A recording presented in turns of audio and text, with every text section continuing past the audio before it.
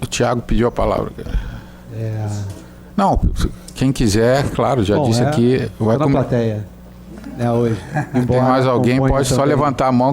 Também o fórum e comece falando exatamente isso, né, parabenizando ao fórum, o desembargador Paulo Baldez, o professor Everest Tavares, a professora Mariana, pela escolha do tema e fazer isso num momento que não podia ser mais oportuno, né?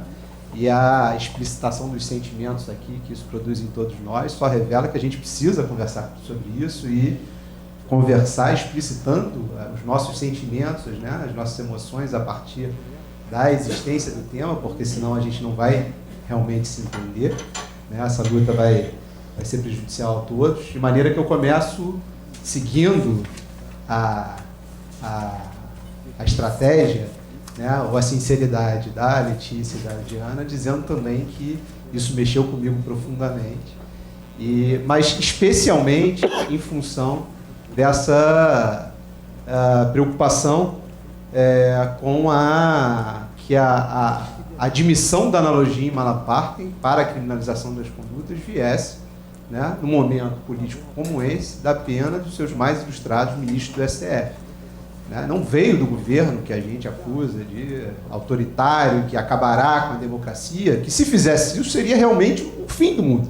Seria a demonstração de que qualquer garantia está perdida, né? Quando a gente começa a admitir incriminação sem lei anterior, isso significa o útil, o que é de mais explícito na identificação de um Estado autoritário, né? Foi o que fez a Alemanha nazista, mas fez até diferente disso, porque pelo menos editou uma lei dizendo que a partir de agora está autorizada a analogia em Malapartem, né? A gente está fazendo isso de forma cínica, sequer sem lei, né? Talvez eles tenham aí um compromisso com a legalidade, ainda mesmo a Alemanha nazista, um pouco mais rigoroso do que o nosso.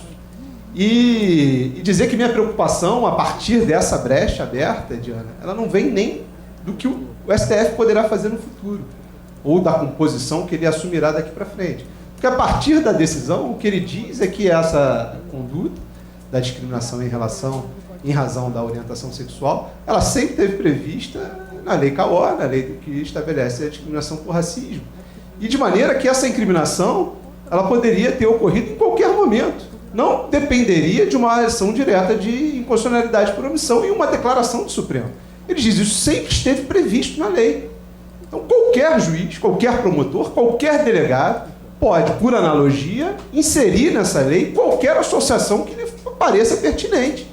E, a partir daí, incriminar condutas que a gente não consegue antecipar. Mas poderíamos extrapolar o Juarez, né? Essa estratégia me parece muito, muito inteligente, né? Mas eu perguntaria também aí, talvez, a partir dos interesses, do local de fala de cada um, mas se alguém me discrimina me acusando de ser comunista, isso seria um ato de racismo? Em função da história que temos, nacional e internacional, de perseguição aos comunistas e tal, com morte, com campos de extermínio e tudo mais? Né? Isso é racismo? E eu posso formular incriminações, apresentar denúncias imediatamente? Ou existia uma omissão legal que dependeu de uma manifestação do Supremo para definir que, a partir de agora, há crime porque há uma decisão. Bom, se antes não existia incriminação e agora há em função da decisão, então não há como negar que eu estou preenchendo uma lacuna a partir desse momento. Não existia lei que definisse esse crime e a lei agora definiu esse crime porque eu dei uma decisão dizendo que até a edição de uma nova lei vai se aplicar essa lei, que não é exatamente a lei que se esperava, mas é a lei que a gente pode fazer depois de 30 anos, né, de espera. Então, há um problema, né, uma incongruência lógica na própria decisão. Quer dizer, ao final da leitura você não sabe se há ou não há omissão, né? Porque se há omissão, a analogia em Malam Partem. E se não há omissão, não precisa da decisão. O julgamento era, não conheço a ação direta de inconstitucionalidade, porque essa conduta está criminalizada desde sempre. Não preciso que eu me pronuncie. Né? Então, realmente é difícil de alcançar. E, na verdade, usam os subterfúgios para dizer que não estão fazendo aquilo que rigorosamente estão fazendo, criminalizando por analogia. Mas admitir isso realmente seria rasgar de forma absolutamente indefensável a Constituição. E a preocupação maior do que essa é, dado o conhecimento histórico que a gente tem, de que são esses grupos vulneráveis, aqueles que são selecionados preferencialmente pelo poder punitivo desde sempre, e que sofreram isso e que encheram as nossas prisões em função dessas escolhas seletivas, e que assim foi, mesmo existindo um princípio da legalidade, o que acontecerá com eles amanhã, quando nem o princípio da legalidade existir? Quando eu puder enjaulá-los a despeito deles praticarem uma conduta incriminada em lei, porque eu vou poder atribuir a eles a prática de crime, mesmo que não esteja previsto em lei, independentemente da manifestação do Supremo. E, a partir do momento que o aparato repressor começa a funcionar independentemente de um princípio da legalidade, quem vai ser o maior prejudicado nessa história? A partir de quando o sujeito acha que ele que sempre foi perseguido pela essa estrutura estatal e por essa forma de organização social desigual, que ele poderia usar do instrumento usado por essa própria estrutura e por essa própria sociedade para oprimir contra esses opressores. Mas é que achou que isso, quer dizer, é um instrumento que é caracterizado por um instrumento de controle social seletivo, ele poderia ser instrumentalizado ao contrário, a partir de uma decisão, para dizer, não, agora o seu instrumento ele vai atingir a vocês mesmos, e não mais a mim. Né? Em que momento a partir de que dado concreto a gente acha que isso vai funcionar? Que o poder punitivo, o direito penal, vai começar a funcionar de forma não seletiva. Né? Tem um evento relativamente recente, aconteceu dias atrás na UERJ, uma confusão tremenda, foram lá deputados estaduais debater a questão do regime de cotas na universidade, e aí eles se xingavam reciprocamente, um deputado parece que agrediu um aluno, e depois ele veio se defender dizendo que não, ele me discriminou em função da minha etnia, ou por o fato de eu ser judeu. Quer dizer, os dois se acusam reciprocamente de serem racistas. E o conceito de racista se esvazia, porque ninguém mais se entende, quer dizer, todo mundo pode reivindicar a dor de entender o que é ser discriminado em relação a um preconceito de raça no Brasil. Não, eu sei exatamente. Eu sou comunista, eu sei como é, eu sou judeu, eu sei como é, eu sou idoso, eu sei como é. Né? Porque a gente igualou tudo num conceito que tinha. Se não existia racismo existia, a gente sabia o que significava. E agora a gente não pode mais reivindicar isso, porque qualquer coisa pode ser racismo. Alguns pontos, né, que você apontou, Letícia, para justificar a criminalização, e que eu tenho algumas dúvidas, por exemplo, gerar dados. A partir dessa identidade de conceitos, a gente não consegue mais gerar dados, a partir da decisão do Supremo Tribunal Federal. Porque qualquer tipo de violação à lei CAO é racismo, seja contra negros, seja contra LGBTI, seja contra judeus, seja contra o que quer que seja. Vai estar classificado, para fins de contagem estatística, como um crime de racismo. Coisas absolutamente distintas.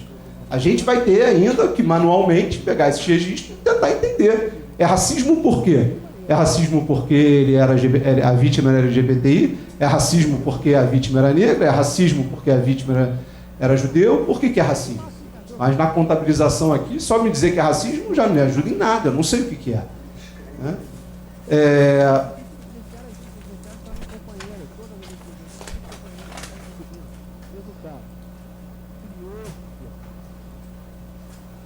A questão de um tratamento, né, desigual. Por que a LGBTI não estaria lá e está conferindo um tratamento desigual? Não é por um tratamento desigual, é por uma luta política que tem todas essas dificuldades que você apresentou. De fato, ninguém está aqui questionando que é mais ou menos importante esse tipo de discriminação. Mas olhem a o perigo que uma decisão como essa gera. Se amanhã esse Congresso edita uma lei definindo como contravenção de discriminação em razão da orientação sexual, editando uma lei, o que o Supremo vai dizer?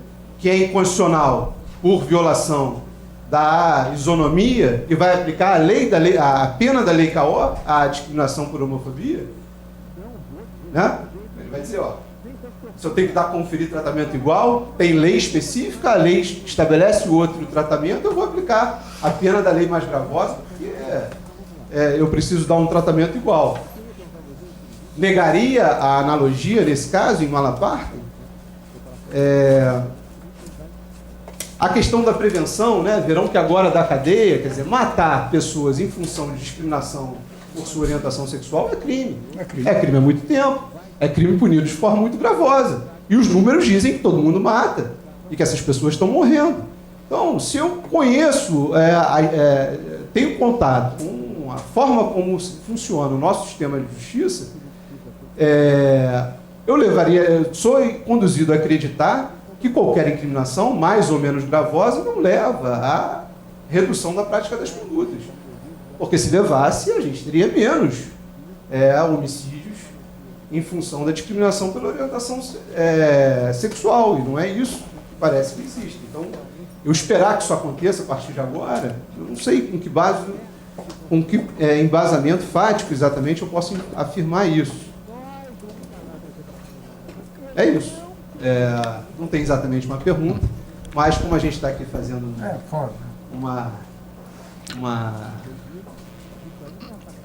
abrindo os corações e dizendo das suas dores, eu vim dizer que, de todo esse contexto, se fosse editada uma lei criminalizando a discriminação em razão da orientação sexual, eu não me entusiasmaria a isso no sentido de que estou mais protegido ou de que a gente avança em termos de defesa dessa população. Essa população, por exemplo, é massacrada dentro das prisões, você sabe, né? Ela poderia reivindicar, por exemplo, uma redução da pena, né? Uma antecipação de soltura, dizendo, a prisão para mim, para o meu grupo LGBTI, ela é mais sofrida, a pena é mais gravosa, eu preciso cumprir um tempo de pena menor. O professor Juarez Tavares já defendeu isso. Seria uma pauta que protegeria esse grupo e diminuiria o poder punitivo, as mazelas do cárcere que aflige ela especialmente, né?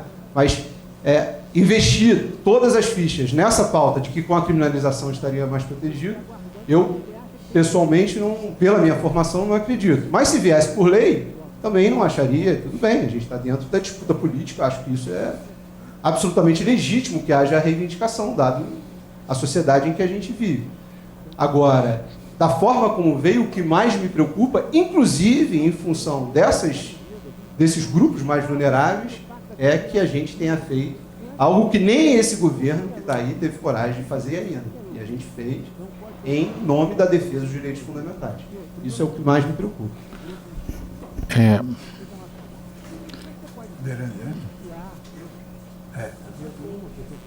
Não. Então, passa para aí. Bom dia. Eu não sei se eu fico sentado em pé, vou falar em pé igual. Levanta, pode levantar, é bom. Não vê que você está aí. Também temos aqui um papelzinho, uma opção de anotação. E cheguei primeiro que o Tiago.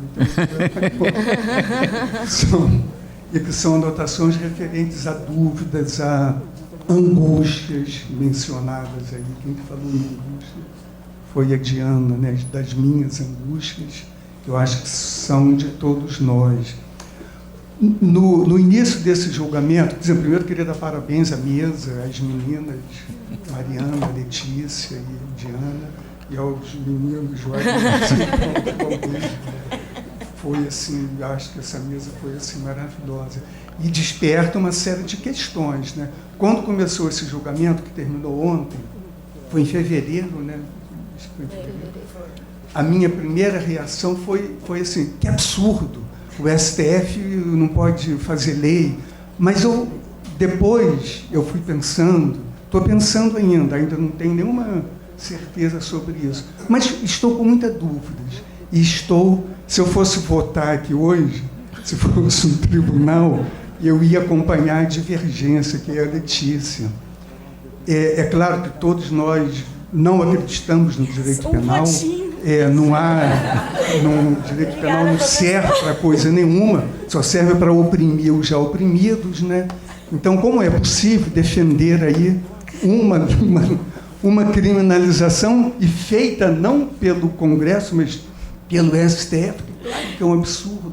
Mas eu fiquei pensando assim, quando a Letícia mencionou, depois de fevereiro, eu tenho conversado com muitas pessoas, eu tenho amigos gays, assim, e essa é uma preocupação muito forte, né?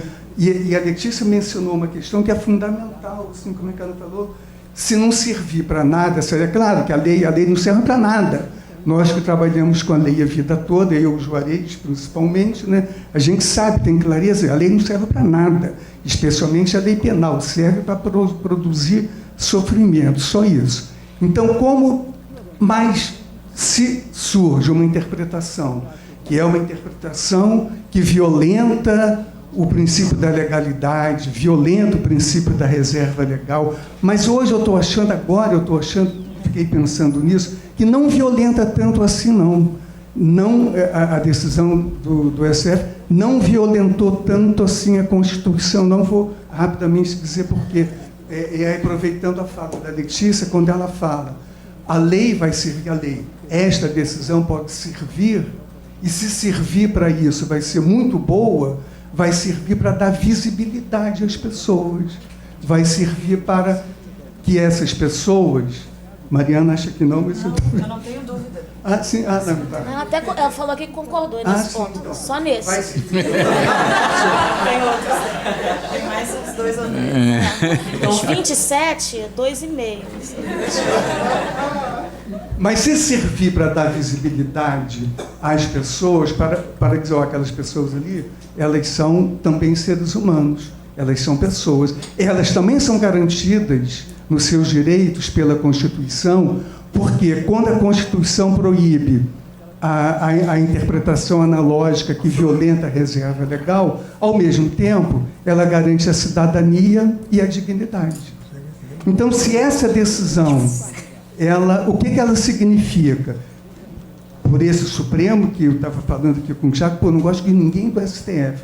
Aí, não, eu gosto de 2, né? Você gosta de 2 ou 3, não sei. Naquele quadro ali, às vezes eu acho que tem uma importância o Lewandowski. Mas eu até gostei, eu não vi o julgamento ontem. A Diana mencionou um trecho do voto do Fux, eu até gostei, isso é incrível ter gostado disso que ele falou, mas ele falou com alguma adequação, né, social, humana. Então, e alguém mencionou também, acho que foi a Diana, o livro do Juarez, quando inaugurou aqui o fórum, eu também mencionei Fundamentos de Direito Penal, quando o Juarez tem um capítulo lindíssimo sobre a dignidade, né? E a dignidade é um princípio lá que vem no artigo 1º, a dignidade da pessoa humana e a cidadania. Então, essa interpretação, se ela violenta o princípio da reserva legal, ela garante o princípio da cidadania e o princípio da dignidade. Qual princípio que é mais importante? Os dois, da cidadania e da dignidade, ou o da reserva legal? Até porque o princípio da reserva legal, o princípio da legalidade, nunca adiantou para coisa nenhuma, né? E a Diana falou que são 800 mil presos, pois eu achava que eram 700 mil. Então, se o devido processo legal fosse devidamente aplicado, não haveria nem 1.000 pessoas presas desses 700 mil. Então, eu acho que tem essa questão, e hoje eu fiquei muito na dúvida nisso, mas eu acho que é importante, eu quero pensar mais nisso, né? Eu fiquei muito, assim, preocupado com isso. Não, mas então não é tão absurda a decisão do STF. E estou me convencendo de que não é tão absurda, porque ela vai garantir esses dois princípios fundamentais, da dignidade e da cidadania. E se servir para isso, já está muito bom. E só concluindo, Paulo, desculpa, eu acho que fiquei assim, excitado aqui com essa discussão, Eu vi outro dia isso que sai, eu não uso muito bem essa maquininha aí de WhatsApp e tal, mas saiu logo depois da divulgação do Glenn... Como é que é o nome dele? Greenhalgh.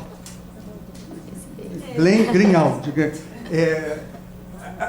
Todos nós já sabíamos daquilo, né? Aquilo, quer dizer, aquela divulgação daquela conversa foi apenas a divulgação, a oficialização da tragédia do judiciário brasileiro com essa conspurcação, né, do Estado de Direito. Aí no dia seguinte eu vi uma postagem homofóbica, assim, que produz uma grande indignação, a foto do Glenn com o Davi, né, o Davi? Isso. Que é o deputado federal, e dizendo assim, e ele tem um parceiro sexual. Uma postagem assim radicalmente homofóbica e que constitui esse crime. Pela interpretação do STF, quem apresentou aquela postagem está praticando um ato típico agora. Então, Tiago, eu vou divergir de você um pouquinho, desculpe. Mas eu acho que essa interpretação pode ter uma consequência importante nesse sentido, de garantir a dignidade, se servir para isso, e também pode servir como uma contenção a esse poder homofóbico do governo federal. Eu acho que tem alguma coisa que pode ser considerada saudável aí nessa violação ao princípio da legalidade. Tem mais uma pergunta lá atrás. Não, o rapaz aqui primeiro. Aqui. Está lá atrás também. Tá, mas depois. Bem, bom dia, quase boa tarde, né? Meu nome é Gabriel, sou aluno da Mariana. Talvez eu acabe criando algumas desavenças acadêmicas nesse momento, mas primeiramente gostaria de parabenizar a mesa e destacar o fato de que é muito difícil a gente ver uma mesa que tem uma maioria de mulheres, e isso eu acho que me dá mais tranquilidade na tratativa do tema que é tão caro para mim hoje em dia, por estar sendo tratado majoritariamente por mulheres. E gostaria de começar trazendo um dado que talvez não seja muito divulgado, mas eu acho que é um dado muito importante, dado o espaço onde a gente está fazendo isso, que é o fato de que o Rio de Janeiro é hoje a capital mais gay do mundo. É a cidade mais gay do mundo. Pouca gente sabe disso. Mas, atualmente, entre os homens da cidade do Rio de Janeiro, a gente tem um percentual de 19,3% de homossexuais ou bissexuais, no caso seria LGBTs, né? Enquanto isso é 3 vezes mais do que São Paulo e 25% mais do que São Francisco, que atualmente é considerada a capital gay do mundo. Então a gente está falando em um espaço minimamente privilegiado, porque aqui é onde você mais provavelmente vai encontrar um homossexual ou um bissexual. No entanto, mesmo aqui nessa cidade, eu não tenho uma liberdade de atuação, uma liberdade de andar na rua abraçada, andar na rua de mãos dadas com alguém. Um dia muito marcante para mim foi justamente o dia do primeiro turno da eleição, que eu estava com uma pessoa que eu ficava na época, e a gente sofreu vários tipos de falas das pessoas passando na rua, pura e simplesmente pelo adesivo, um adesivo com a bandeira LGBT. E eu gostaria de falar no sentido de que talvez não seja muito explícito para aquelas pessoas que não fazem parte da vivência LGBT a dificuldade que é para a gente se postar diante do sistema estatal, diante do aparato institucional, que até o professor Joffre, que também é professor da minha faculdade, também já me deu aula, que ele disse que haveria uma dificuldade da gente classificar o que seria o crime homofóbico, o que seria o crime de outras questões. A questão é que hoje em dia o crime homofóbico sequer vira inquérito. Ele não chega na justiça. Quando amigos meus de diversos estados, principalmente aqui no Rio, quando a gente vai a uma delegacia falar para um policial, olha, me bateram, olha, sofri agressão, tentaram me matar, alguma coisa, o policial vai perguntar, você não deu em cima dele? Talvez ele tenha ficado com raiva por causa disso. Você não desrespeitou ele. E tipo, isso não é uma questão, tipo... É muito parecido com o que a Mari citou no início da fala dela, no sentido de que a mulher ia reportar a violência doméstica, ela ganhava uma cesta básica. Hoje em dia, você vai reportar uma violência homofóbica numa delegacia, você sequer preenche o documento. A pessoa ela vai falar para você, não, cara, calma aí. Isso talvez tenha sido um grande mal-entendido. E é algo que acontece com a grande maioria dos casos, inclusive os casos de homicídio. Então, por um acaso, junto com a Mari, eu estou fazendo uma pesquisa dos dados que já foram citados aqui das mortes. A maioria das mortes dos transexuais do norte e nordeste do país, ela foi computada nos dados por amigos. Por quê? Essas mortes, elas não se tornaram inquérito justamente porque muitas das vezes foram os próprios policiais que cometeram crime e não há nenhuma delegacia sequer na região que aceite o reporte, né? Que aceite alguém falando que aquilo foi um crime de homicídio. Geralmente vira um crime não solucionado, muitas vezes desaparecimento. Então a gente precisa ter em mente, não é que hoje a gente não tenha um crime que a gente consiga estudar a partir de uma visualização de dentro do procedimento. Não há o procedimento para ser estudado. E isso é muito importante. Eu acho que é muito importante do ponto de vista estatístico que haja essa possibilidade da gente fazer esse procedimento. E talvez uma questão também que foi citada é o fato de que a gente está há 30 anos esperando algum tipo de modificação legal. E a doutora Letícia citou muito bem o fato de que a gente não tem nenhuma lei federal hoje, seja Constituição, seja Código, qualquer uma das que sejam, tratando sobre essa questão. Eu vou ser um pouco mais incisivo nesse sentido, de que não são 30 anos, são 195 anos. Desde o Código Penal de 1824, que foi naquele momento em que houve a descriminalização da prática homossexual no Brasil. O Brasil foi o segundo país do mundo a descriminalizar a prática homossexual, atrás apenas da França. A gente não tem nenhum tipo de política pública federal sendo tratada para o LGBT.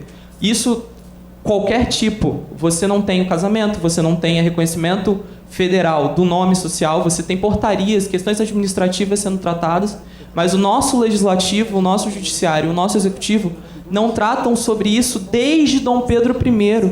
E cabe ressaltar o fato de que esse crime em específico era previsto na Constituição, que veio da Constituinte para as mãos de Dom Pedro, e Dom Pedro retirou o crime pelo poder moderador. Ou seja, a democracia brasileira, um resquício que seja, jamais foi capaz de criar a âmbito nacional algum tipo de política pública, qualquer que seja, para um LGBT. Então é muito importante, é muito emblemático para mim enquanto LGBT, e talvez aí eu rememoro algumas aulas que a Mari já me deu de direito penal, no sentido de que a vítima se afasta da racionalidade quando ela vai tratar sobre um crime. E talvez a minha fala não seja uma fala tão límpida, tão jurídica, tão cristalina, quanto foi tratado aqui nas falas, até porque a doutora Letícia pode falar que institucionalmente ela estava ali como representante, mas eu tenho a liberdade de falar que eu estou aqui como militante. Que bom. E eu acho que é muito difícil eu chegar para um LGBT hoje em dia, e eu tenho uma atuação nesse sentido, seja aqui, seja no meu estado natal, e dizer para ele que foi negado e foi desrespeitado durante a sua vida toda, na sua casa, seja na rua, seja em qualquer lugar, ele não vai ser reconhecido no Estado hoje porque ele precisa respeitar o direito da reserva legal. Então, depois de todo o sofrimento que a gente passa nos últimos 2 séculos de Brasil, a gente precisa parar para respeitar esse direito e essas questões, e talvez, eu gostaria também de pontuar que essa decisão da STF está sendo considerada como abertura da caixa de Pandora. Abertura da caixa de Pandora porque seria uma inovação legislativa. Talvez quando a gente trata dessa maneira, a gente acaba ressignificando a situação. Por quê? Na verdade, o que o STF está fazendo não é nada diferente do caso Elvanger, que foi citado pela Letícia. Então a abertura não foi agora. E por que a gente precisa fechar neste momento em específico? E tem uma pequena diferença entre a caixa de Pandora e a questão que está sendo realizada agora. A caixa de Pandora prende a esperança. Nesse momento, o que eu vejo entre os LGBTs que estão perto de mim, a esperança saiu junto. A gente tem muitos males nisso, sim. Só que pela primeira vez, os nossos LGBTs estão sendo reconhecidos a nível nacional e vão precisar ser reconhecidos a níveis institucionais, seja nas delegacias, seja nos tribunais, por uma decisão do Supremo, sim, que talvez bata, sim, na reserva legal.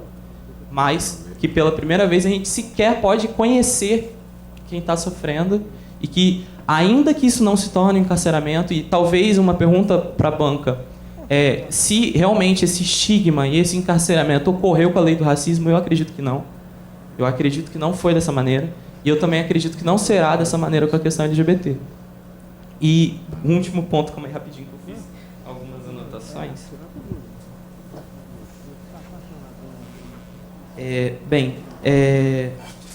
Uma fala que me deixo até um pouco com receio de falar isso pro Dr. Juarez, é que o senhor citou que seria impossível a irreversibilidade do caso entre o racismo e a homossexualidade ou qualquer questão do espectro LGBT, porque um negro, ao ouvir que numa possibilidade de uma lei que puna a homofobia, ao ouvir isso ele diria que ele não tem problemas com a sua sexualidade.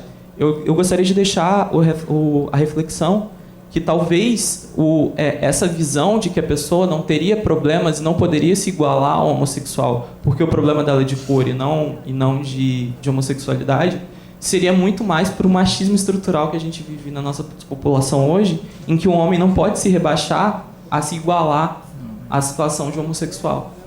E talvez quando o professor Joffre fala que a sua maior preocupação hoje não é com relação à lei, mas sim com a postura do STF, eu posso dizer, de todas as pessoas que eu já perdi na minha vida, seja por suicídio, casos de agressão, seja por questão de homicídio mesmo, essa é a minha maior preocupação, porque a gente está falando de vidas e não do risco de um autoritarismo. Eu prefiro um LGBT hoje que, diante de toda a questão do governo, ele se sinta mais esperançoso ou que se sinta mais tranquilo para sair de casa, e aqui não é um caso em que a gente deve falar que o infrator é aquela pessoa que vai se preocupar em não cometer o crime. Não, para o LGBT isso é uma certeza. Acredito que quem é LGBT aqui sabe, e muito provavelmente a maioria, se não todos, já sofreram algum tipo de violência que se enquadraria na lei. A gente passa por uma certeza. Ainda assim, a gente sai de casa todo dia. No entanto, é muito mais tranquilizante para mim, enquanto LGBT, saber que quando aquilo acontecer, mais uma vez, porque vai acontecer, eu vou poder parar numa delegacia, fazer um procedimento que pode não dar em nada, mas pelo menos vai engrossar a estatística e mostrar o Brasil real, que hoje em dia não passa de uma cifra oculta. Ai, meu Deus. Acabou comigo, hein? Acabou comigo. Boa tarde. Primeiramente, queria parabenizar todos da mesa pelo excelente evento. Eu realmente concordo que o direito penal não vai dar conta. Partindo disso, talvez dê conta num curto prazo, né?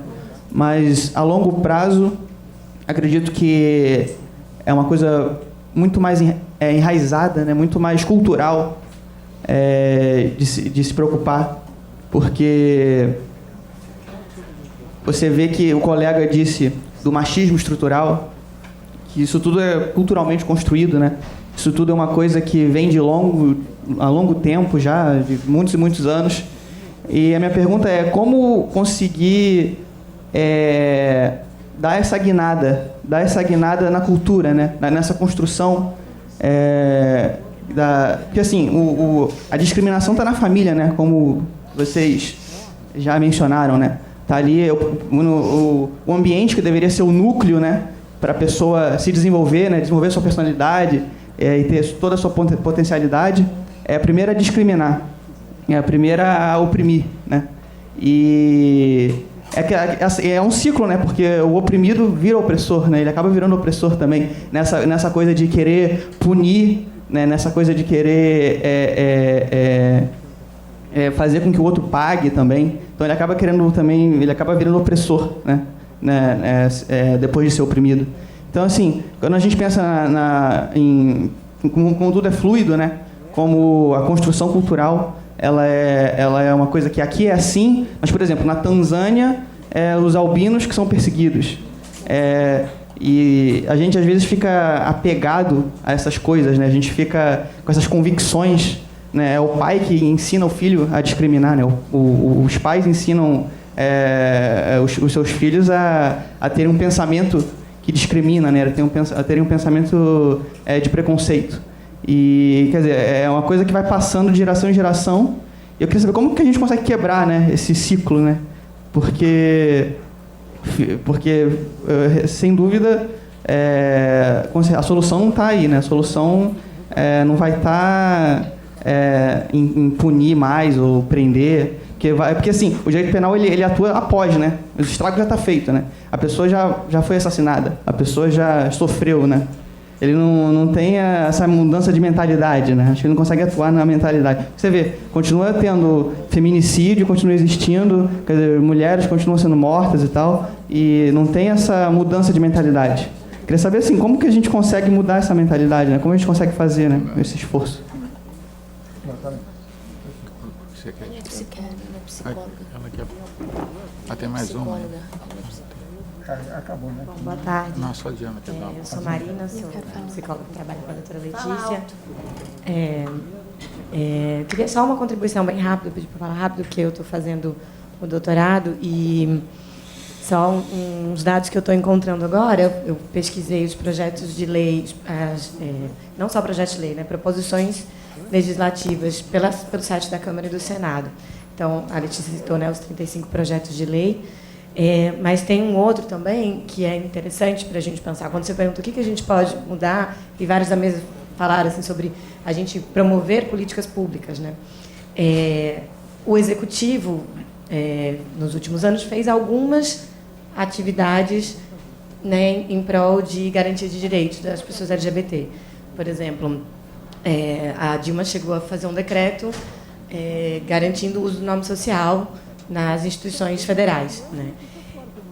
Decretos como esse, ou como a portaria no Ministério da Saúde, que organizou o processo transexualizador no SUS, chamado assim, né, processo transexualizador no SUS, esse tipo de atividade executiva recebeu diversos, que eles chamam de... Eu não sou do direito, né, então eu uso as palavras, enfim, que eu vou aprendendo. Projeto de decreto legislativo. Então, que questionam esses atos do Executivo. Então, o processo transexualizado no SUS, esse decreto de nome social, outros também que falam de nome social, que falam do uso de banheiro, todos eles receberam, ao total são 17 projetos de decreto legislativo na Câmara, que pretendem tirar esse direito que foi feito via Executivo. A principal argumentação é essa parte... está criando direito, está legislando, né? Isso tem que ser do Executivo, que isso deveria ser do Legislativo, né? Nada disso avançou, então todos esses continuam valendo, mas me chama a atenção essa disputa de narrativas aí entre o Judiciário, no caso entre o Legislativo e o Executivo, e o quanto que assim, esses legisladores que questionaram todos os atos do Executivo eram em prol de garantias da população LGBT. E aí todos questionam, querem tirar essa garantia. Então, se alguma medida a gente consegue, por um decreto, dizer assim, respeito ao nome social, algo que não precisava de lei, né? Mas aí você tem um decreto legislativo, enfim, força de lei. E aí tem os deputados que dizem, não pode. Então, é a disputa de narrativa lá nos grandes poderes, lá em cima, e como é que fica aqui o dia a dia, né? Então, assim, por onde que a gente vai? Né? E são esses os deputados que questionaram, que hoje são da base do governo. Né? Então, enfim, só para trazer dados para a gente ajudar a pensar essa polêmica toda. Né? Não vai fazer nunca. Bom, então eu vou passar a palavra à doutora Diana, que ela quer fazer uma intervenção. Eu queria... Como que é seu nome? Gabriel, você começou assim... com receio de a sua fala ser eivada de parcialidade, né? A sua fala tem que ser muito respeitada, porque o seu local de fala é importante. Então, quando a gente está discutindo isso, o seu local de fala tem que ser ouvido. E sua fala me emocionou muito. como o julgamento de ontem, como eu disse. Eu fico muito feliz, por um lado, por isso tudo. Mas você disse assim, a gente está falando de vidas. Então, para mim, o autoritarismo vai bater primeiro na sua porta, provavelmente. E quando a gente fala de reserva legal, não é por preciosismo. É porque a gente não pode aceitar que o STF venha flexibilizando direitos e garantias fundamentais, porque no momento a gente está falando de uma causa nobre, sem sombra de dúvidas, e de relevante valor social, sem sombra de dúvidas. Mas eu não sei se eu quero deixar a cargo da discricionariedade do STF escolher quando a causa é nobre, quando é de relevante valor social e que direitos e garantias a gente vai poder violar. Mesmo assim, eu queria dizer para a Letícia e para você que os argumentos de tolerância são muito válidos, né? A lei penal ela traz a possibilidade de tolerância. Continuo com as minhas dúvidas sobre a possibilidade do direito penal resolver todos os problemas. Eu tive um caso em Salvador, só para exemplificar, em que o acusado tentou matar a companheira dele, ela foi atendida, ela foi encaminhada ao hospital, ela estava internada após ter sido agredida, ele entrou no hospital e matou. Ninguém deixa de cometer o crime porque está previsto. A prevenção realmente é uma falácia. E o feminicídio, a previsão do feminicídio não mudou essa realidade, por exemplo, né? E aí, só para encerrar, eu queria dizer que o que a gente vive assim, ao longo das 3 últimas décadas é uma cultura de medo, de punitivismo, que não tem racionalidade. Então, me permita também discordar do senhor, quando a gente pensa que está falando apenas de respeitar aí o princípio da legalidade, aí o senhor disse assim, mas a gente quer visibilidade, a gente quer cidadania e a gente quer dignidade. Eu não acredito, e esse é o ponto principal da minha angústia, que o direito penal vai trazer à população LGBTI dignidade e cidadania. Essa, para mim, é a questão. Ele não vai conseguir garantir isso. Para mim, a garantia de dignidade e cidadania, que deve ser garantida, sim, tem que ser efetivada, não vem através do direito penal. Essa é a minha angústia, certo? Obrigada. Paulo, só rapidamente. O sociólogo francês Boltanski conta uma história muito interessante de invisibilidade. Nos Estados Unidos, houve um juízo em que se apresenta uma testemunha e essa testemunha, então, relata fatos. Aí se pergunta a um sujeito se ele reconhece os fatos que a testemunha havia relatado. E ele disse, mas eu não posso reconhecer porque eu não conheço essa testemunha. Nunca vi essa testemunha. Assim, mas essa testemunha, ela serviu ao senhor durante 30 anos o café da manhã, na sua fazenda. Ela era uma empregada doméstica, negra, que serviu o café da manhã para esse sujeito durante 30 anos. E assim, mas eu nunca vi essa pessoa na minha casa. Isso é invisibilidade. Nunca viu uma pessoa na minha casa. Nunca viu a pessoa na casa dele durante 30 anos que serviu o café da manhã. Há outro aspecto, Gabriel, que é interessante, que o Supremo Tribunal Federal, ele joga para a plateia. É interessante jogar para a plateia. Veja uma coisa, apenas só rapidamente. Quer ver? A Constituição de 1988, né? Então vejam só, Constituição de 1988. Viu o que é forma de criminalização? Olha só para ver. Só para mostrar aqui. A Constituição é de 1988. Veja só o que acontece nessa Constituição. No artigo 7º da Constituição, que trata dos direitos sociais, tá? Olha só, olha o que diz aqui. Vou apenas ver aqui rapidamente, que é fácil. Onde é que está isso aqui? Deixa eu ver. Eu me perdi aqui um pouco. Tem muita coisa. Aqui. Diz o seguinte. Artigo 7º, inciso 10. proteção do salário na forma da lei, constituindo crime sua retenção dolosa. Isso foi criminalizado algum dia? O Supremo Tribunal Federal se ocupou de verificar que a Constituição aqui, que é o Poder Legislativo, está omisso, se preocupou com isso. Sabe por que não se preocupou? Porque não tem coragem de enfrentar o mercado. Essa é a realidade. Não tem coragem de enfrentar o mercado. Toffoli e companhia não tem coragem de enfrentar o mercado. Não tem mesmo. Ninguém. Muito menos o Barroso, que é o homem do mercado. Essa é a realidade. A outra realidade, Gabriel, é o seguinte: amanhã, com esse tipo de decisão que flexibiliza o princípio da legalidade, com esse tipo de decisão, vou contar uma coisa que vai acontecer. Amanhã, por força de qualquer representação que se faça do governo ao STF, e o Toffoli vai ser o primeiro a encampar, vai colocar como ato de terrorismo a ocupação de propriedade privada, pelos elementos, pelos membros do MST. Não tem a menor dúvida. Não tem a menor dúvida que vai acontecer. E vão dizer, temos um precedente aqui, o Supremo Tribunal Federal pode, analogicamente, compor o tipo penal do terrorismo, caracterizando como terrorismo ato de ocupação de terra privada. Exatamente. Isso é inevitável. É inevitável. Esse é o grande problema do princípio da flexibilização da legalidade.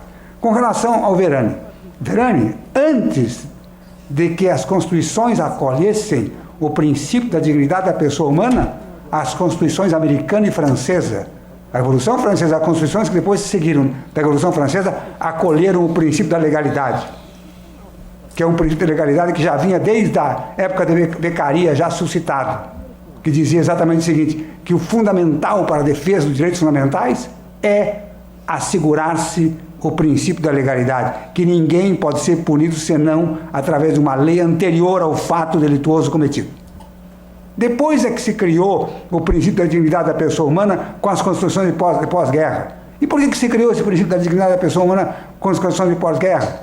Porque se acreditava que a partir das constituições de pós-guerra, que seriam fiscalizadas, supervisionadas e mantidas pelas decisões dos tribunais constitucionais, se poderia evitar um novo holocausto.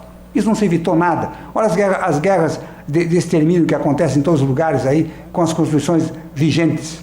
Quando a participação de forças armadas europeias, cujas constituições estão definindo o princípio da dignidade da pessoa humana como princípio elementar da Constituição, na guerra do Iraque, na guerra da Líbia, em qualquer lugar, nas invasões que os americanos promovem no mundo inteiro, não aconteceu nada. Vejam, por exemplo, olhe por exemplo, a lei italiana que estabelece pena para aquele sujeito que salvar um imigrante. O sujeito ele é punido na Itália como criminoso se ele salvar a vida de um imigrante que esteja chegando ilegalmente na Itália. Com relação ao fato de que a lei penal pode ou não incentivar um tipo de comportamento social, vou dar um exemplo. A Áustria, durante muitos anos, até o ano 2006, não havia criminalizado a omissão de socorro. Uma vez que se criminalizou a omissão de socorro, as estatísticas criminais de omissão de socorro foram as mesmas da época da criminalização e da época da não criminalização. As mesmas. Porque esse é um comportamento social de solidariedade. A pessoa que está necessitada e não precisa da lei penal para criminalizar. A imposição, inclusive no parlamento austríaco, houve uma discussão muito grande da desnecessidade da criminalização da omissão de socorro. Os próprios juristas austríacos, que até hoje, quando eu comento o Código Penal austríaco, diz assim, isso é um artigo absolutamente desnecessário. Porque ninguém na Áustria deixa de prestar socorro, independentemente de há ou não criminalização. Isso é uma forma de mostrar que o direito penal não serve para nada, só serve para causar sofrimento. Você, como é seu nome lá embaixo? André. O André muito bem disse. O direito penal só serve para causar sofrimento e, inclusive, incentivar a discriminação, porque o oprimido hoje começa a ser opressor de amanhã, sem dúvida alguma. Isso é claro, evidente.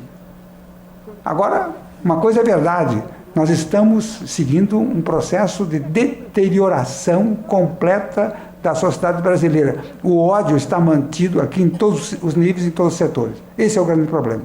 E vou contar uma coisa, Gabriel.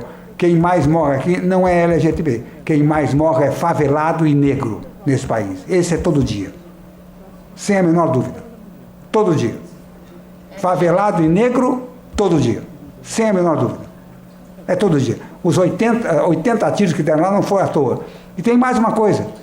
Não adianta a criminalização do homicídio para evitar a prática de delitos quando os delitos são cometidos pelo Estado. Olhem, por exemplo, 80 tiros. O Superior Tribunal Militar soltou os caras e o promotor militar disse que não houve homicídio. O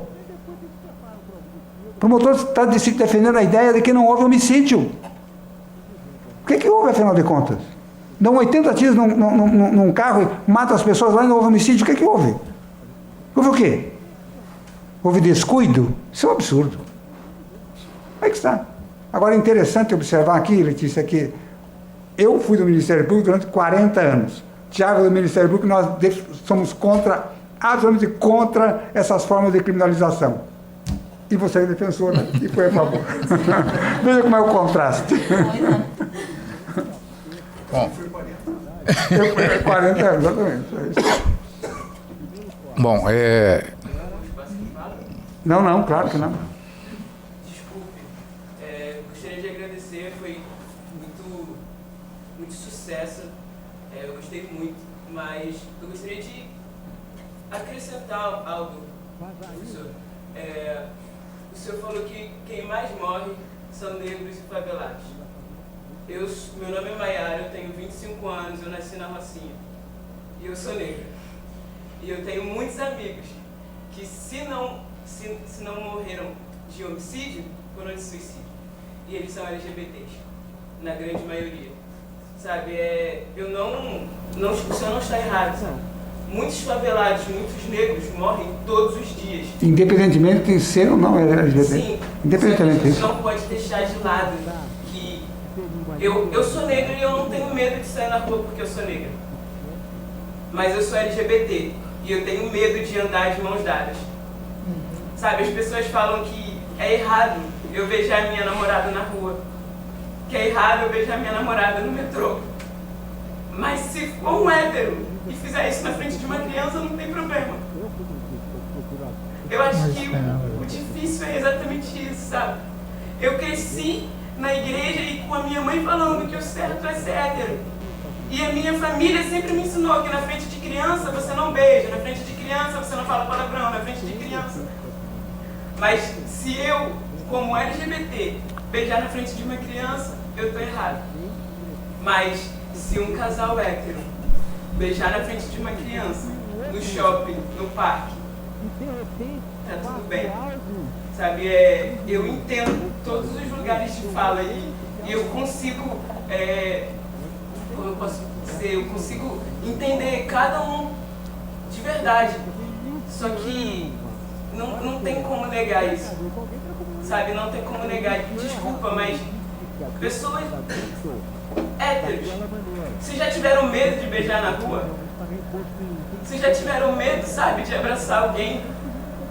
Alguém da sua família já falou pra você que é errado você dormir na casa de uma amiga só porque você gosta de meninas?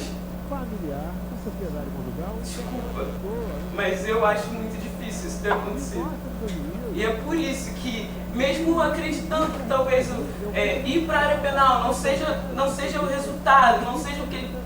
No momento, muito obrigada por isso.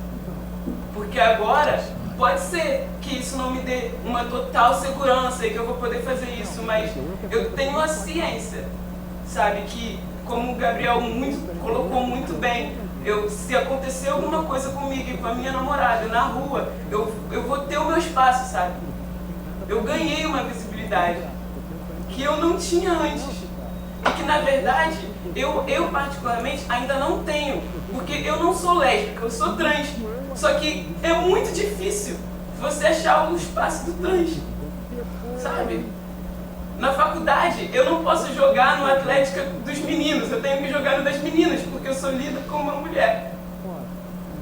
Então, eu entendo todos os pontos, mas graças a Deus, sabe?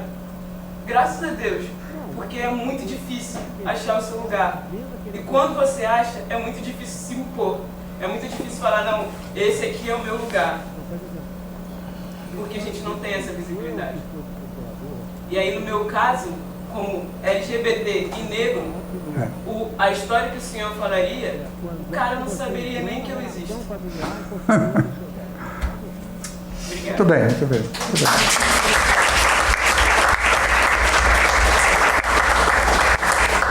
Bom. Eu posso falar só uma coisa? 2 minutos. Eu queria dizer, Maiara e Gabriel, que, na minha opinião, apesar de todo o meu posicionamento aqui, para mim, Mariana, as falas de vocês dois são as falas que mais devem ser respeitadas nessa manhã de hoje. Independentemente do meu posicionamento jurídico, independentemente de qualquer avaliação que a gente tenha feito, todos nós nessa mesa, do julgamento do STF. Para mim, essa questão que eu nunca senti na pele, de uma falta de visibilidade ou um medo de beijar na boca, né, tudo isso que vocês estão retratando, para mim, deve ser respeitado, tomado, entendido como algo a ser o de mais respeitado na manhã de hoje. E isso, para mim, não tem preço. Só o que eu gostaria de poder deixar como mensagem a vocês, eu me problematizo muito com essa questão, mas o meu dever aqui hoje, de acordo com o nosso fórum, era muito mais olhar para a questão jurídica, tá bem? Isso que eu gostaria de marcar. O que eu poderia deixar de conselho, se é que é possível deixar um conselho, não apostem nessa decisão da forma como vocês dois, jovens que são, eu tenho muitos alunos da idade de vocês, jovens que são, não apostem tanto como vocês estão apostando, porque o direito penal não pode fornecer isso que vocês estão esperando dele. Ele não fornece, ele não, historicamente não fornece, e não vai ser, literalmente, da noite para o dia que ele vai passar a fornecer. Os inquéritos não acontecem, Gabriel, quando se chega nas delegacias de polícia, porque a Cifroculta se encarrega disso. As mulheres vão nas delegacias da mulher fazer boletim de ocorrência por violência doméstica e também não se quer levar adiante isso tendo uma delegacia da mulher. Tu sabe disso, né? Então, assim, mas eu respeito, mais do que qualquer outro argumento para mim, as falas de vocês. E é isso. A gente vai continuar caminhando junto porque a gente está junto. Tá? Mas a gente vai lutar para isso. Sempre. Tá? É isso. Obrigada.